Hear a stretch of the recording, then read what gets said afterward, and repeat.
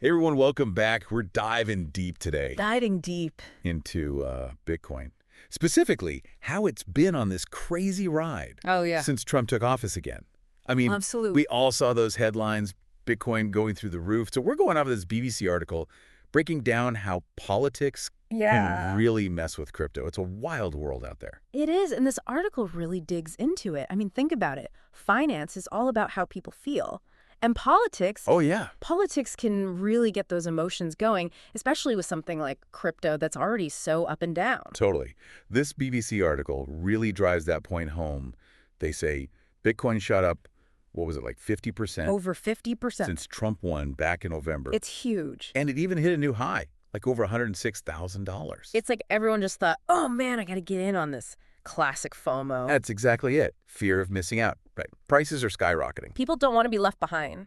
Exactly. They don't want to miss out on all those sweet gains.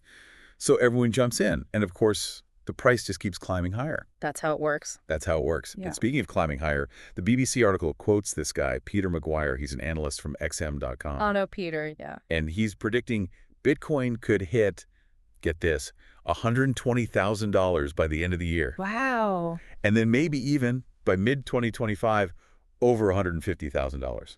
That's a bold prediction. It's a lot, I mean. It is. But, a lot of this hype, this optimism around Bitcoin, it comes down to Trump's policies. Oh, right. They're seen as way more crypto-friendly than what we had before. Than the Biden administration. Exactly. And there's that one policy, the one that really caught my eye. Yeah. Trump wants to create a national stockpile of Bitcoin. Like Fort Knox, but for Bitcoin. Exactly.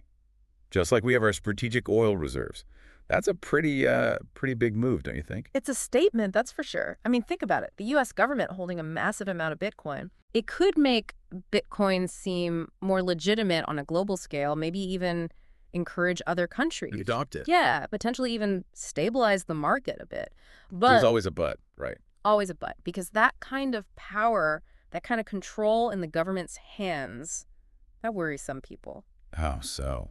Well, critics are saying this could lead to manipulation, maybe even using Bitcoin as a political weapon. Oh, wow. It raises some really big questions about who controls our money, about financial sovereignty. It's a lot to think about. And then there are Trump's appointments. Oh, yeah, those are interesting. You've got David Sachs, the former PayPal guy, close with Elon Musk.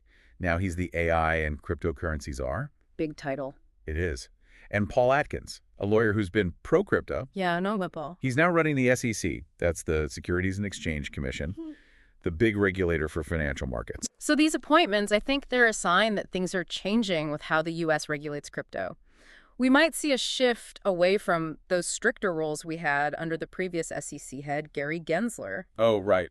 Yeah, I resigned, didn't he? After butting heads with Trump over some legal actions against crypto companies. So it sounds like we're moving towards like a more relaxed regulatory environment. That could be good, right, for the industry?